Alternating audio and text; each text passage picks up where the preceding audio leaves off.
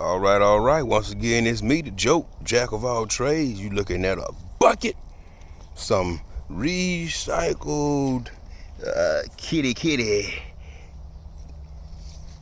little cat thing. Yeah, ooh, jug right here, some water in there. We getting ready to get into something.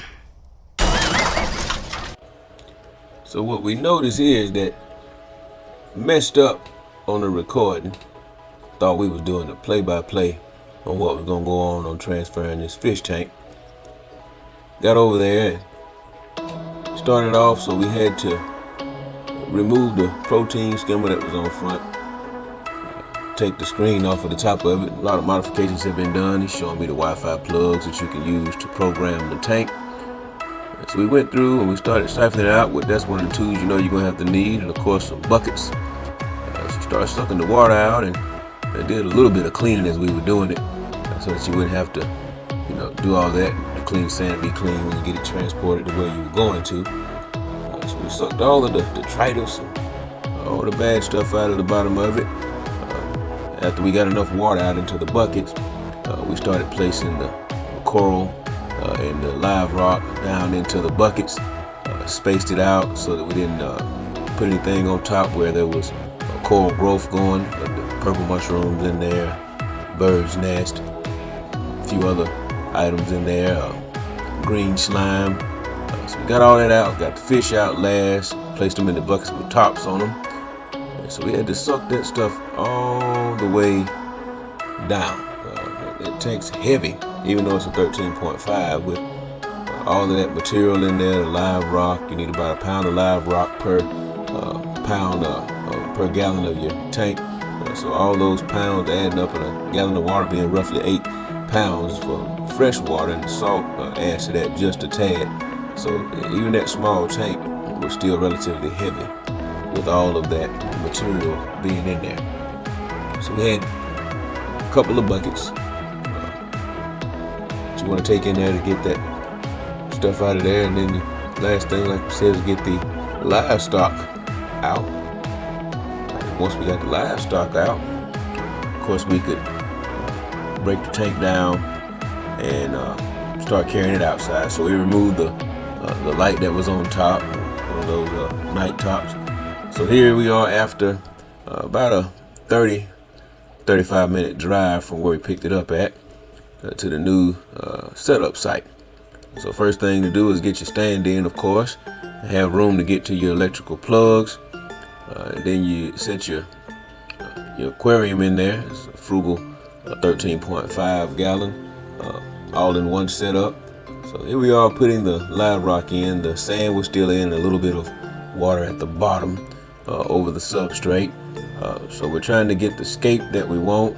So first step, get your stand in, get your tank in, then you start trying to get your scape in. This was a little bit different because I had to follow pretty much with the pattern of where I purchased it from, because it was set up to their liking, and then you already had growth on the live rock, so you couldn't just stack it anyway. And by no means was it the way that it was when I got it. So here I'm adding in some water, and I'm trying not to pour it straight into the sand, but pour it over the corals.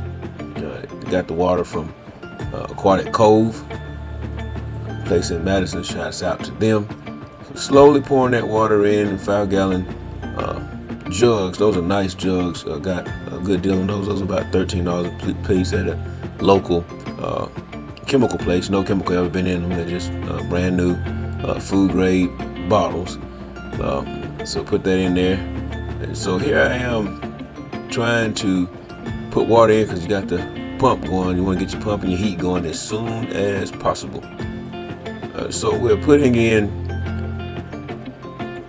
the water into the back part of it, where all of your filtration takes place with all your biomedia, charcoal, the skimmers there in the middle. And we put all this stuff in, get all your wires, aligned, and get it to where it's going, because you got livestock sitting in the buckets from where you transport it to the new home. Here I'm topping it off after I put 5 gallons of fresh salt water in there, new salt water. So now we're topping it off with the water that came with the setup as before we moved it. And so it took a while to try to figure out what was going on with everything. You got to get all your wires and lines in there. The setup that I got came with a power strip, but the power strip that I had only had, it was a one for all power strip, meaning, you know, if you cut the power strip off by the Wi-Fi, then everything was off. So I upgraded to a CASA, which you can identify each plug separately, and that worked out a whole lot better. I did that, you know, later on after I had got it set up. So kind of looking back on how it was done. So we got all that took care of, got it hooked up, and you saw me with that bowl a few seconds ago. I couldn't figure out why it wasn't staying full on the back side, and the problem ended up being, if you look at the top of the tank, you'll see where that white cloud is sticking up there, that filter that I cut out, and I actually had it blocking the return flow, so it couldn't filter out fast enough that it was pumping into the tank faster than it was coming out of the tank. So here I am with the bowl trying to keep that full in the back. Didn't know what I was doing, but that was the problem. It is in slow motion. So hours it seemed like went by, and I could not figure out why the water was. I was like, where is the water going? But it was actually sucking it down through the filtration system and pumping it in faster than it could fall back into the filtration system. So you don't want to block your flow there, especially on all-in-one, any of them. But on this all-in-one, it absolutely would not work with all that going on.